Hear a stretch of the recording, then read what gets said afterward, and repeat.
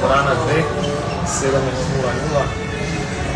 Lepo spada, tisti, ki ste pomagali pri projektu, donirali, karkoli ste dobrodošli, tako da pridite, dvorana bo zafilana, po mojem. To je to. Pa za vse ostale pa 18:30 na YouTube.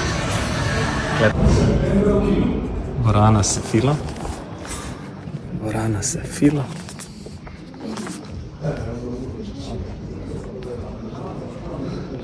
Dvorana se fila. 142 folka lahko pride.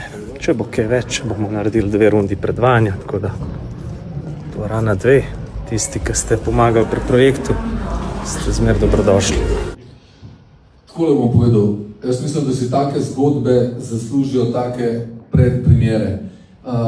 Ljudje, kateri se ukvarjajo s tem, z igro, z umetnostjo, s kulturo, sami dobro vejo, koliko energije je potrebne, koliko enega časa in odrekanja. Ne bom zdaj le jamoril o tem, to samo pošiljam pozdrav vsem tistim, ki to doživljajo in lahko rečem samo pač kapo dol. In ena se tam zraven, preden bo začel, se zraven postal, sam da imamo... idemo 2790 folka v živo, no? Znate in ste slišali za ime Martin Strel, tako da...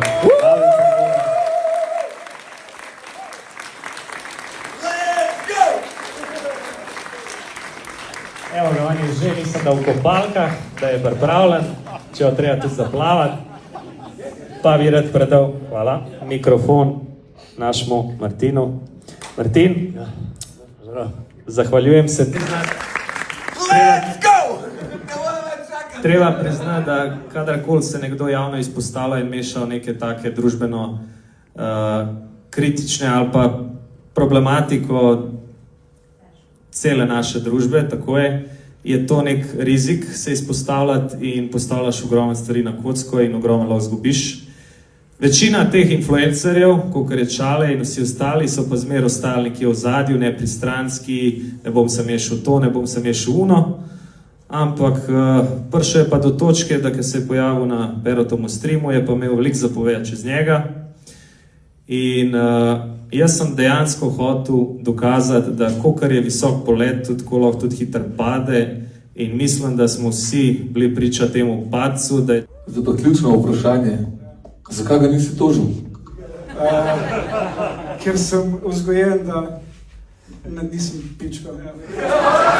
Hvala lepa, da ne bi spodil.